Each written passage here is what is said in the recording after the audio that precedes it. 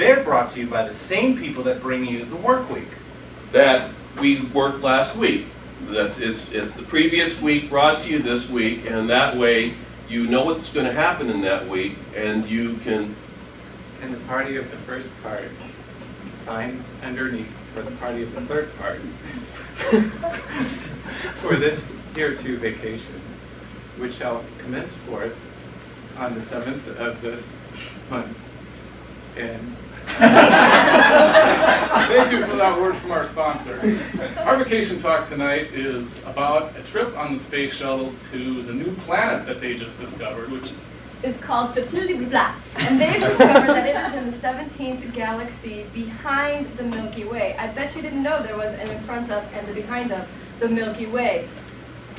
The Milky Way is truly a vast place and is truly a hard place to get to. You have to make a left turn after that last star on the right, which is Alpha Centauri, and you have to fly until morning. Now, the problem with getting there is that there's no place to stop to go to the bathroom. And you gotta be able to hold it in for a long time. Now, some people have a problem with this. So we've developed a special technique of holding your breath so that you would pass out before it was time to go to the bathroom, and it wouldn't be a problem. And they've tried to install porta potties along the way, but there's a problem with atmosphere and gravity that prevents people from using them. First, not only that, the American dollar is not accepted at all in the solar system. Funny as it may be, Mars, Venus, Jupiter, Pluto, Uranus, Mercury, and all the other planets, they don't take it. They don't take our money. It's not good there. So what we have to do is a token system, and that seems to have solved a lot of the problem for those with weaker lives.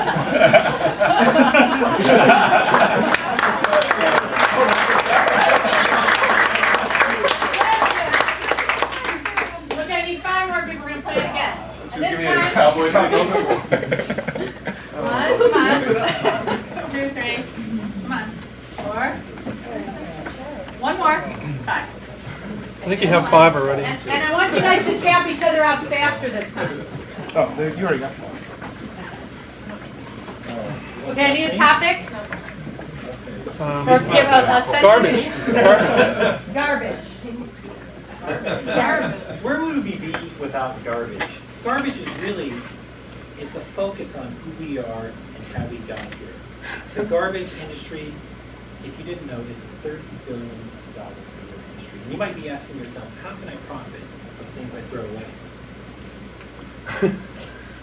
Well, for instance, what about nuclear fission and fusion, as Jim Dignan talked about last week, but we could do it with garbage? And I'm not sure that that's really going to work out as well as we would like it to, because after all, how do you recycle nuclear fission garbage? Do you put it in the blue bins? Do you put it in the brown bins? Where is it supposed to go? You're supposed to put it out in space in the solar system, and that way you can just stick your garbage in the tin and then put your token in and be done with it. Keep on going. I really wish we could put our garbage out in space, because it seems like there's never enough room in the garbage can for all my garbage. I try to put it out in nice boxes for the garbage man and write trash on it, and he still won't pick it up. So I definitely wish that somebody would invent space garbage. It's a little receptacle that you put by your curb, and every week somebody flies over to your house, picks it up. And that would be right next to the porta potties that are out in space that we've already heard about. But there may be the issue with gravity there as well. But then, of course, instead of recycling our garbage, we do want to go on vacation. And if we get to go on vacation, what kind of garbage is that going to create for the rest of us, especially the garbage that'll be back at the office when we're not there? So, as a conclusion, we're going to just put the garbage out there in space and just let it float around and forget about it.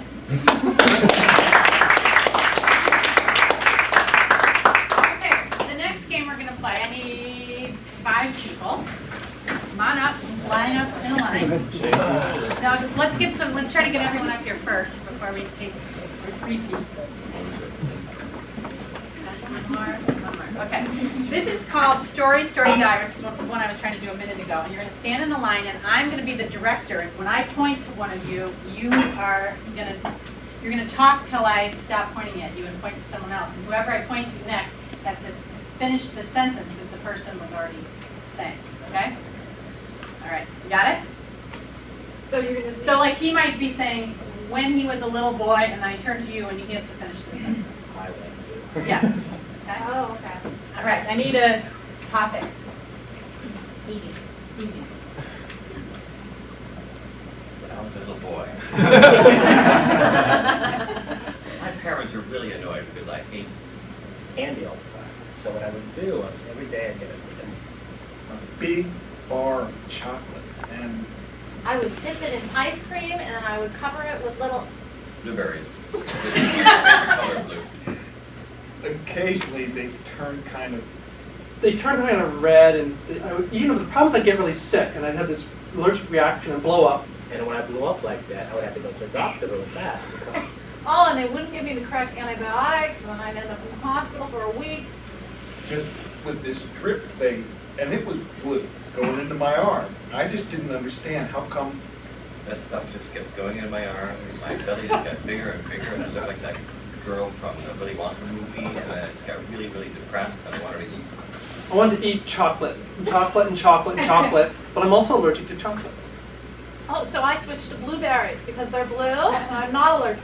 I'm not allergic to blueberries, but I am allergic to chocolate, and therefore what I decided to do was eat peanut butter. Because I'm not allergic to peanut butter either. And so when I ate the peanut butter, it would stick to the roof of my mouth, and I'll go.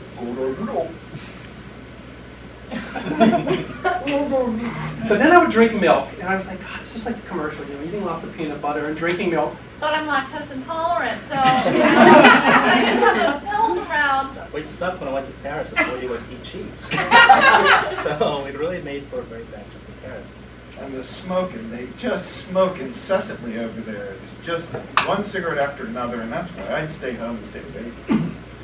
And because I was awake, I learned to build a tolerance for lactose and have patience with lactose. And eventually, I learned to just love everything lactose. And now,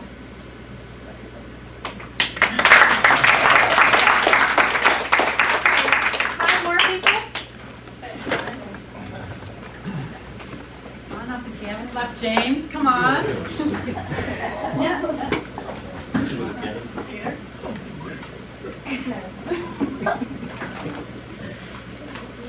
Okay, topic, a sentence or topic? Fishing. My old boss and I went to a fishing, and I forgot my fishing pole.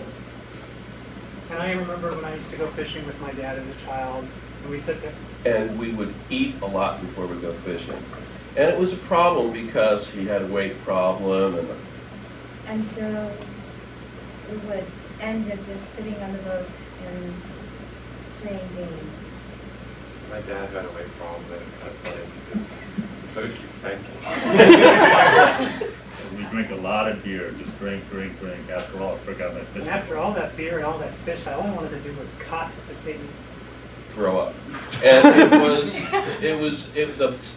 the boat was sinking and the fish were jumping in. And unfortunately, I didn't even know how to swim, so I was really scared because I knew anytime now, But I don't care, I was too hungover and too drunk, so I took off all my clothes. And The cool thing is when the boat sinks and you turn it up and the fishes are swimming around, they eat the stuff you turn up. And all I could think about as I was taking off my clothes was five. Guys are going to be looking at me. And I thought, Mr. Patrick Smith, I didn't know you were that kind of a man. but then I said, well, I don't care. I got plenty for them to look at. They can look at me and enjoy themselves as much as they want. But they should at least enjoy themselves as much as I'm enjoying myself. I have 3 nipples. Having 3 nipples is special. It means You can milk yourself. I saw a glimpse of myself over the water and I thought, pretty darn good. But then I looked at my stomach and I realized, something is coming out. I think I'm not a man anymore. But who cares about that? I have 3 nipples, and I've actually given them names. One's Johnny and one's Freddie and one's Doreen. Doreen's good.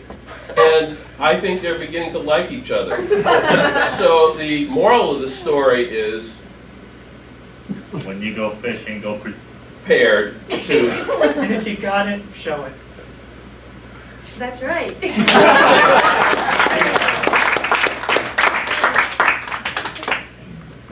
Okay, I need 4 people to play the next game. It's called Helping Hands.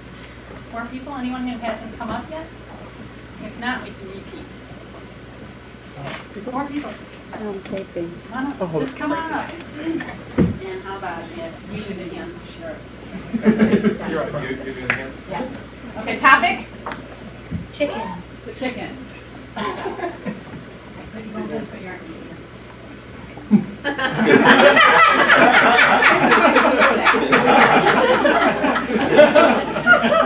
I too high or too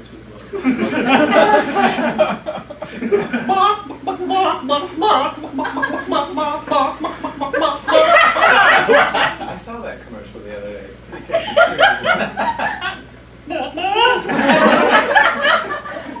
It's amazing what they can do with computer animation these days. The guy looked like a chicken. Really? Yeah. I mean, I don't know much about chickens. I just identify with them in some way. There's some poison ivy. I was chasing a chicken the other day. And we ran off Really? these bushes. I was wondering, have you tried that hand cream? Oh yes, it's very nice. I feel very soft. I think you might be a little allergic. My hands are a little spotty. Personally, I like to touch myself frequently. With the hand cream. See, this is very nice. You gotta try it. If I could only stop itching, I would. What's the name of the hand cream? It's the ear, chin, and right foot hand cream. Oh, okay. I got the completely wrong one. The one I was looking at was called, what's it called? You know. Come on, let's have it.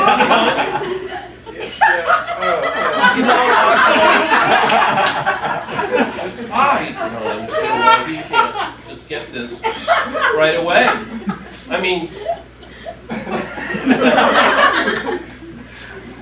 so anyway, yeah. this chicken that I was chasing through the poison ivy, I finally caught it, and it sounded like that. It sounds like, it looks to me like you're choking that chicken.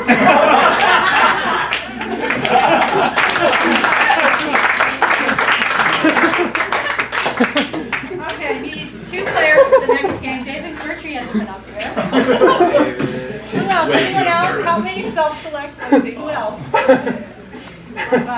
Who else wants to be in the scene? Okay, fine. So this is kind of a fun scene.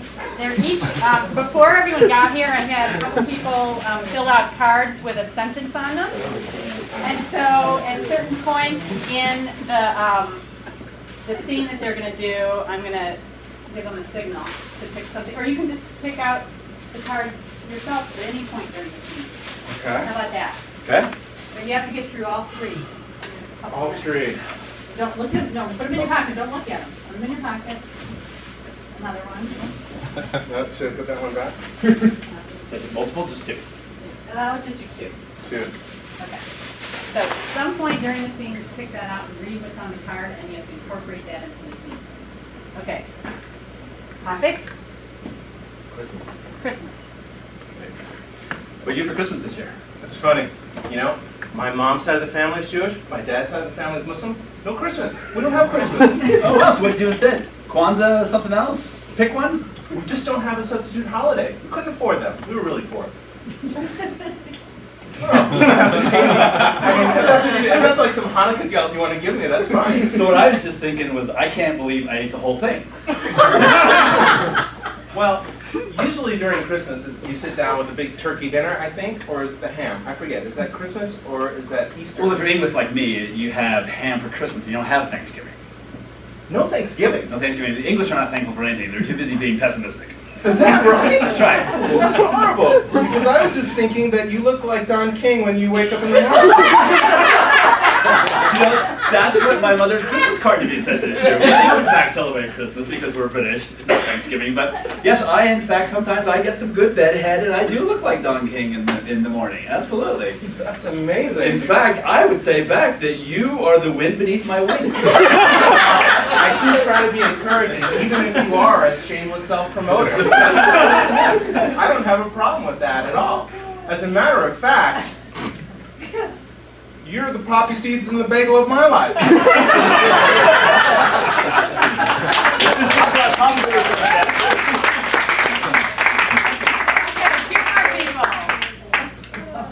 Two more people, come on. Shall I call on people? I'll volunteer. Okay.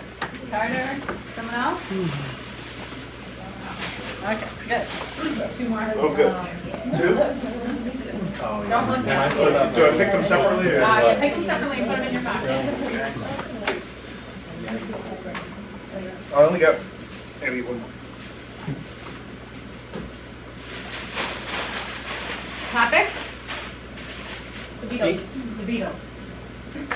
So, I was reading this article today and it said this record store had 20 feet of Beatles records on the shelf. I didn't even know that the Beatles, I mean, I knew they made a lot of records, but 20 feet, they have 45 feet of Elvis records. Really? I was going down a long and winding road through that store one time. Couldn't find what I was looking for. And all I could think of was, help! Well, I am hoping that you find that help someday, because we all need help, and the Yellow Submarine just may not be there when you need that help. Or, you know, they might be out with those, what was it, screaming yellow meanies that, you know, they were talking about. Or Lucy, she could be up in the sky with diamonds. You don't know. Yeah, or the submarine could be over in Russia, and you never want to be submarine in Russia. You know, I heard that the English are now selling them, some of those subs that they used to rescue the Russian divers, because Russia kind of got a little egg on its face there. At least the poor souls didn't die down there. 130 or something? Yeah, I think it was 130. But you know, then the police arrived and asked if they could help. But that didn't make any sense. Russian police? When have those ever been around? Well, they just want money, they don't want help. Yeah, and not to mention they're usually on land when we're talking about a seafaring incident. And I just can't let another marshmallow into my life. I don't blame you. What are those? Those are marshmallows, and they're staying out of my life. I can tell you that. Well, I don't blame you. It looks like there's an awful lot of marshmallows there. You know, on the topic of marshmallows, I have to tell you, you are very pretty.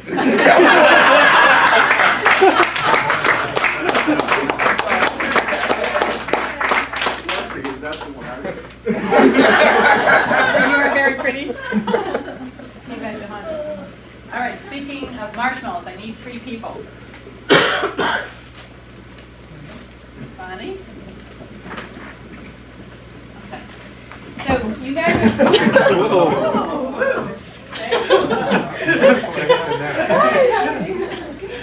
You guys are going to do a scene, and we're going to give you a topic. Let's think of a location that's kind of funny. The DMV. The DMV.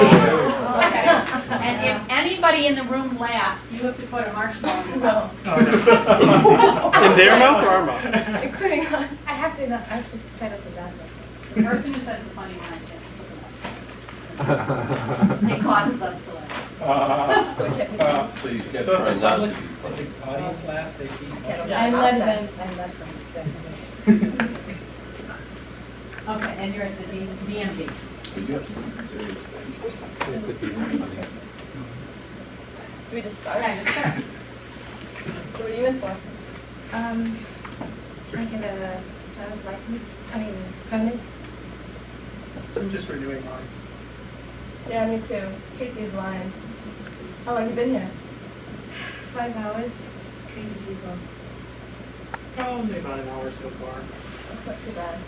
Hey, Got a long stretch ahead of you. hey, do you guys know what it entails? I mean, how do you know about getting a driver's permit? You did sign up, didn't you? Or have you just been waiting here for 5 hours? Oh!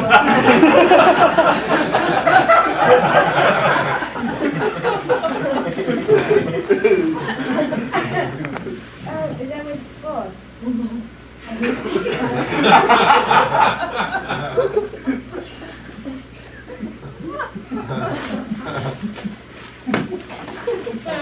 Have you all taken the driving test yet?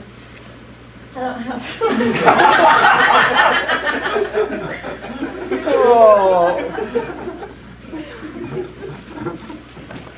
Oh, no, I haven't before. I'm just taking the test, the written test.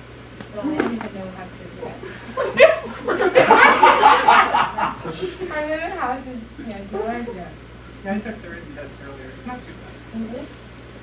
Cool. Maybe I can copy it with you.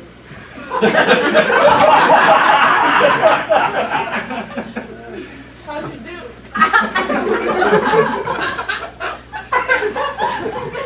It's fine. Yeah, why not? Oh, you bet. I don't know, they haven't told me. So how do you know you're flying? No, felt good.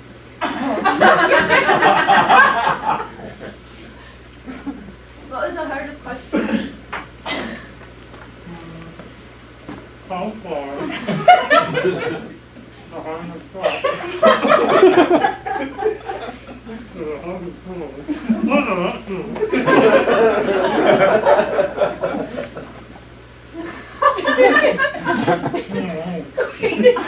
I'm sorry, I didn't catch that last part. I'm sorry, I can't hear you. I think there's something wrong with my hearing. Could you repeat that? Are you guys okay? You guys are really freaking I'm me just out having a now. hard time understanding them. What's happening here? Who are you guys? You're at the DMV. Did you sign up? I think I'm scared now. I don't know. I think I have a phobia of that white thing. What is that? There's like a little dark number there. I think it says 13. Is that why you're And today's Friday too, so yeah, I think it means bad luck. Maybe I'll fail the test. I don't know. Do you think you take it? Did you bring a car? I can't drive. My friend just, I just walked down here. So what are you going to take the test in? I'm sorry? What are you going to take the driving test in? No, it's a written test, not the main thing. Can you study? No.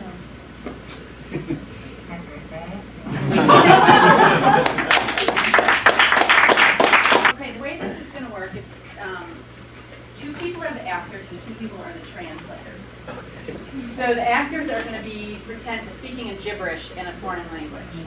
Okay, and then the translators. So how about if you 2 are the actors, and then you 2 are the translators? So we'll stop. Like they'll say some, they'll do a couple lines, and then we'll stop and we'll turn to you guys. You're translating for him, and you're translating for her. What's the language? Okay, what language? Russian. Russian. They get to choose the language?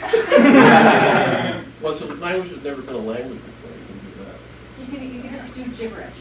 Yeah. It doesn't have to be any. So, go ahead and start the movie. Action. Wel, met Woestentijd in Fair and Dutch. Thanks. Ja, Hold on.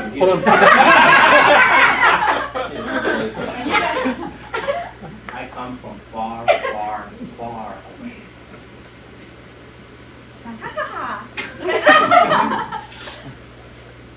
Big deal.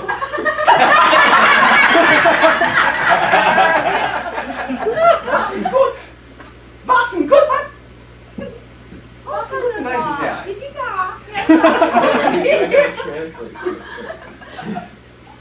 Where I come from, they make leather. Very good.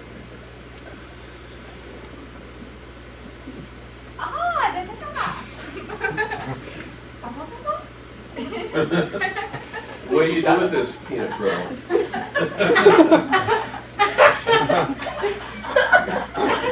No Noten, darf nicht dabei sein, wirklich? Ja? You think American Express?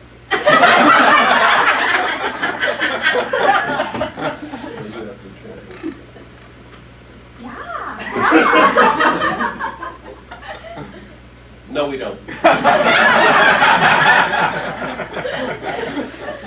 Nice institution. I wish you guys had this beautiful piece of nickel that I made a couple weeks ago in your store. Would you like to have it?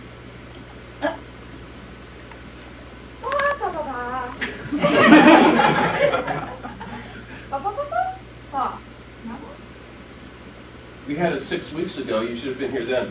This is fine woods. So why don't you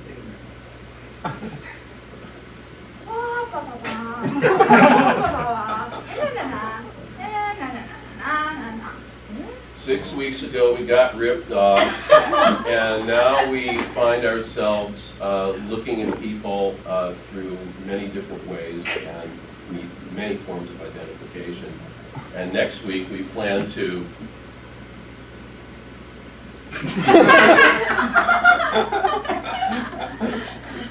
I'm listening to you. Well,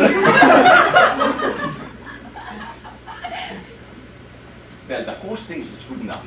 Totally good enough. He's explained that Usten Bessen, and he comes here and he explains, and she sagt, out. Stop! Don't go there! Und hier ist Usten, you need to go out and gut. Yeah.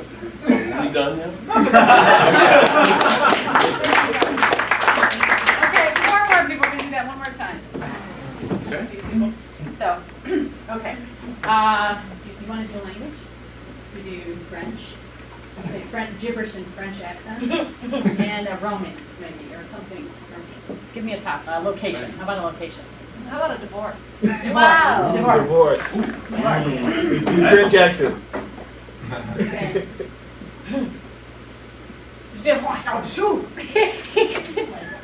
I can't believe I found you with our maid.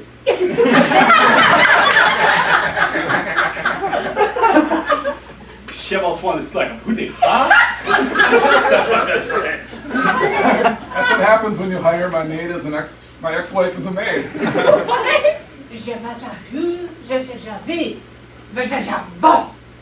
I trusted you, now I can't trust you again.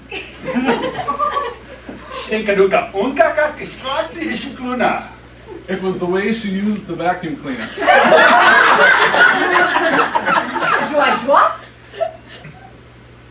You said the same about me. Galoo, Galoo, y este Galoo.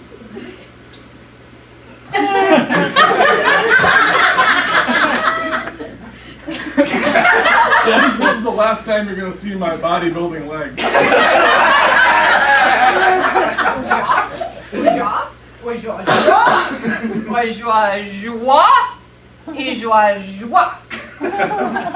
Well, I may not see you, but you're not going to see me. Yes, no. It's electric. And the last time you're going to see my favorite funny faces. Oh, you're so bad.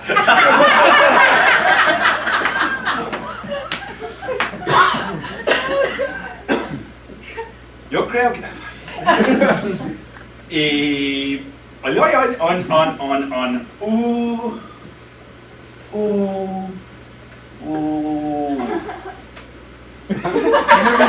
Whenever you do that orangutan imitation, it always brings me right. Kill the die. Fellow members and guests. I feel a little bit more relaxed after that interactive tabletop I thanks to Libby, so I'm thankful for that. However, I am still very terrified to stand up here and start talking about myself. But I'm extremely relieved and excited to finally get this journey underway and by breaking the ice and officially becoming an active member of the club. The objective of my speech tonight is to talk about myself. And I felt it hard to start preparing for this speech because I thought to myself, what am I going to talk about? I'm only 26 years old. I still have a lot of living to do. But as I dug a little deeper, I did realize, in fact, I do have a lot to say. After all, I am an only child with 5 siblings. But I'll explain that a little bit later. I grew up in Fallbrook, California, and I think it's safe to assume that most of you don't know where that is. However, you should, because it is the avocado capital of the world. After graduating from high school in Fallbrook, I moved to Santa Barbara and attended UCSB, where I completed a Bachelor of Science in Biopsychology. Now, I think it'll take me another 4 to 6 minutes to explain what that encompasses, so I'll save that for another speech. While I had a great experience at UCSB and learned a lot in the 5 years I was there, I think what defines me even more than that experience is the determination and perseverance that got me there. I didn't come from a family where education was emphasized and expected of us. So it was really up to me to ask the right people the right questions, research the schools, and decide for myself where I really wanted to get my education. Don't get me wrong, my mother and father were very encouraging and supportive of me, but I don't think that they were necessarily, it was easy for them to guide me through the process because they hadn't been through the experiences themselves. My mother got her GED and went to drafting, and my father was a contractor. After graduating, let me backtrack a little bit to say, I was very proud of the decision I made to go to UCSB, and my parents were so proud of me for my graduation. It was really up to me, after graduating, I spent a year in Santa Barbara trying to make it work, because I really wanted to stay there so badly. It's a beautiful, beautiful town. However, in a town where the hospitality industry is the biggest employer, I realized I needed to move out of the area if I really wanted to do what I wanted to do, which is to work in the healthcare profession. At the time, I still didn't know which kind of healthcare profession I wanted to be, but I knew that I worked so hard in school and I wanted to apply what I had obtained in school to my career. I had family in San Francisco, so I decided to focus my attention on looking at opportunities in the city. And I'd like to stand up here and tell you that I pounded the pavement and I sent out resume after resume and made numerous phone calls, but I'd be lying. I really, in actuality, did a little bit of the above, but I was lucky enough to get 2 job offers right off the bat with the 2 companies I really wanted to work for. I chose the job in pharmaceutical sales for a small startup company, Altiana Pharma. So a lot of things I really, really love about my job. I have a flexible schedule, great benefits, a company car. However, each day I'm faced with challenges. I must prepare myself for rejection at any given time. But that's what keeps me interested, and that's what keeps me going, not knowing what to expect from my day-to-day activities. But when it's all said and done, what matters to me most is family. My mother is the first person I call when I have something great happen to me, first person I call when something bad happens to me, first person I call when anything happens to me. So that leads me to explain how I'm an only child with 5 siblings. There are 2 men in my life I call dad. One is my natural father, and one is the father I grew up with. My natural father had twin daughters with his first wife before marrying my mother. My mother had a son with a previous relationship before marrying my father. My parents divorced. My mother married my stepfather, who had a son and a daughter from a previous marriage. All of the siblings are older than me and filtered in and out of the house, not staying for any more than a couple years at a time. So I really was the only child in the house from the day I was born. Even though I don't see my family very often, I don't talk to my siblings very much, my relationship with my family has impacted my life in many ways and helped shape who I am today and who I'll become in the future. Thank you for listening. Back to you, Mr. President.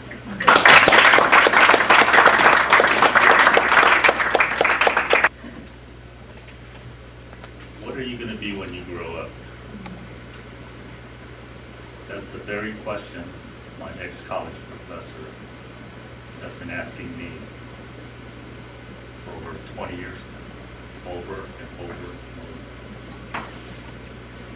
Well, fellow Toastmasters, growing up as a little kid, for over a decade I wanted to become a professional football player. For over a decade, I've lived it, dreamt it, fantasizing about it, lived it, and read it sometime. Unfortunately, I didn't get to that very level that I was set out for, but I got close. See, after I graduated college, I found out there were few things, minor things about my ability that were missing to become a professional football player. I wasn't strong enough, I wasn't fast enough, and I wasn't big enough. Other than that, hey, I had it made. I was the man. I don't think it's just maybe 5-6 years ago, I think I keep going back to that question, what do you want to be when you grow up? And I don't think I truly understood the meaning of that question until about 5-6 years ago. See, take yourselves back when you were growing up, 7, 8, 10 years old, and somebody asked you, what do you want to be when you grow up?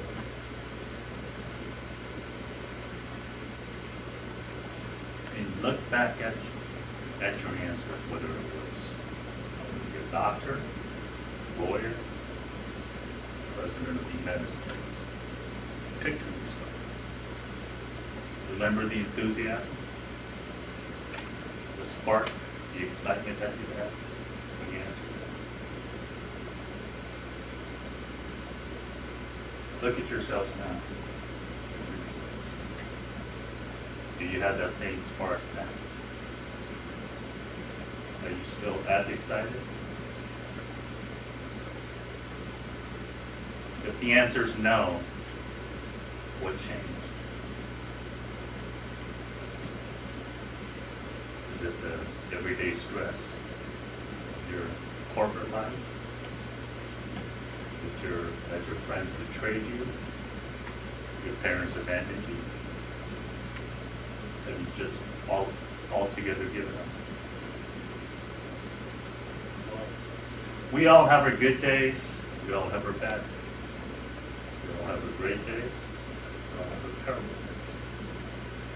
Next time you have one of those terrible days, take a step back. You go back to your childhood and ask yourself, when they asked you, what do you want to be when you grow up? And think back at the enthusiasm, the excitement that you had in answering that question. My college professor were to come to me again and ask me that question, what do you want to be when you grow up?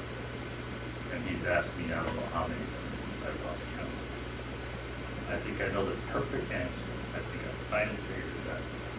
The answer is, no, professor, I still have not grown up.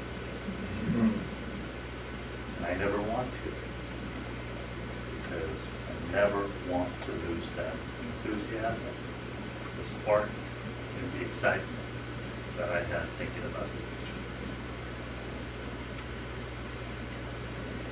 So I want to take this moment. Not yet. I want to take this moment to thank my old professor, Joseph Leone, at Cal State Long Beach, for his simple, yet complex question, his words of wisdom, for making me a good person, a better person, with a kid at heart. In closing, I want to ask you guys the same question that Professor Leone asked me. What do you want to be when you grow up?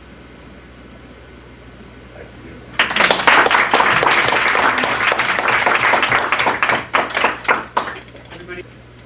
I have a question for everyone. How many people here do not have a car?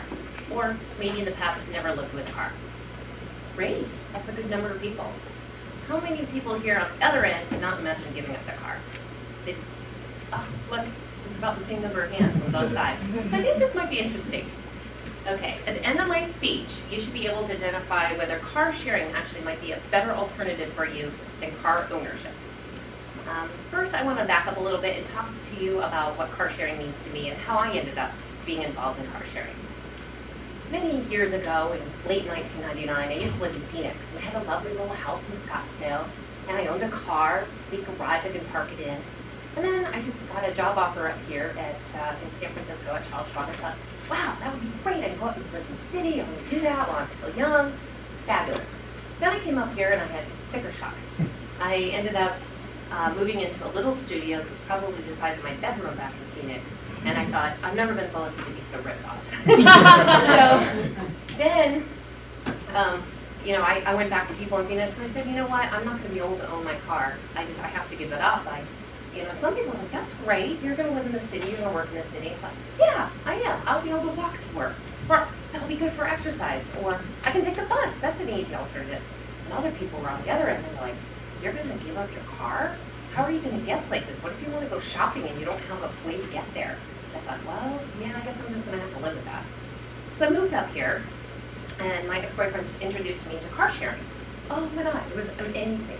Has anybody here been involved with like city car share or heard of car sharing?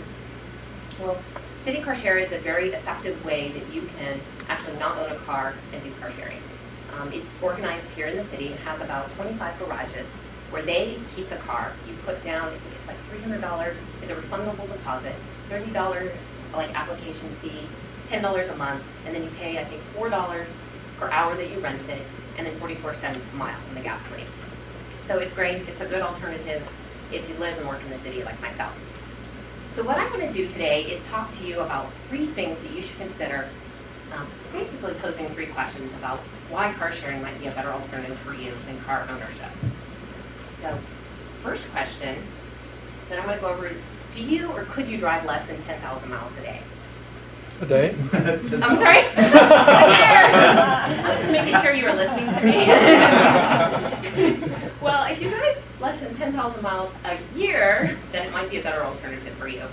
The average car, I think, is driven probably about 15,000 miles a year. And when I thought about that for myself, it was about $7,200. That's a lot of money just to own a car. Well, car sharing is a less expensive alternative. I figure that I pay in a year probably less than $500. Whoa, over $6,000 difference. So, that comes from, paying up for gas, your parking, your insurance, your car payment. That's a lot of money. The second thing that appealed to me about it was there's no repairs. Well, if you own a car, yeah, you have to spend your time and your money taking your car into the shop. I remember one time I had to take my car in, sticker shock, $300 in 1 month, and I wasn't expecting it. And then the other thing you think about, parking tickets. Okay, with car share, yes, you can still get parking tickets, but you're less likely to. You're never like driving home from work and going around and around the block, and then you finally find that parking space. Phew! Then you come out the next morning and you're like, oh, they're doing street cleaning, and you just got a ticket for $50 or $100. I'm sure most people here can ante up how many parking tickets cost. So that is one question to consider. Do you drive less than 10,000 miles a year? The second question that you should think about is, do you need to drive to work every day? Well, I'm a prime example. I live and I work in the city. I don't need to drive to work. That makes sense. Well, some people might say, well, I live over in Berkeley, or I live over here, so, I really do need a car. Well, there's bars. There's also that carpool sharing, carpooling. There's also that option where you can go down to a couple different spaces, you wait in the car, and then you can lift into the city and out. Well, the third objection I've heard also is, well, I can get to work, okay, yeah, I can take BART, but I need a car while I'm at work. Well, there is a perfect alternative for you. For example, if you live here in the city, like I said, there's 25 garages. So you could go online, reserve a space for like an hour or two, and take the car out, and then you use the car during the day, and then you can take your own transportation home, that being like BART. A lot of employers actually incent people on that because it's effective for them, and it's also less expensive for you and for them because you're not paying the $20, $25 that they charge you to go to a garage, and also all those in and out fees that you probably get from a garage. So another reason that you might want to think about car sharing versus car ownership. And then the third reason that you might want to think or pose a question to you about car sharing is, do you own a second car, or Are you thinking about maybe buying a second car? Maybe you're married, maybe you're expecting, you have a family, you think, well, my husband needs to get to work every day, but, I like having a car available. I like the convenience to be able to just jump in my car and go shopping. Well, let's say you live over in Berkeley. I think they have about 6 garages there. And so you don't have to own the car. We just covered $7,200 a year. But you still have the convenience of being able to go to that garage and get out. And also gives you the convenience of just knowing that you have availability. Maybe your car is in for maintenance and you're unable to use it. Well, car sharing is another alternative. So the average family, I think the average family owns at least 2 cars a year, and because they think that they have to have it. And also the average car is only used 1 to 2 hours a day. So if you think about it, City Car Share says that they have, the 1 car covers 25 people. So that's the ratio that they keep. So these are things that you should think about. The convenience of having the benefits of a car without the hassle of owning a car. So let's think about that. The 3 questions will help you decide if car sharing or car ownership is right for you is, do you or could you drive less than 10,000 miles a year? Do you really need to drive to work every day? And do you really need a second car? Now, do you think, after I told you all that, do you think car sharing may be a better alternative for you than owning a car? How many people? Anyone? Worth considering? Yeah, all right, great. So if you're interested in learning more about it, then I'm happy to talk to you. But you can also go to citycarshare.org, and they have lots of information posted there. And you could call them if you want a reference to talk to someone else. It may help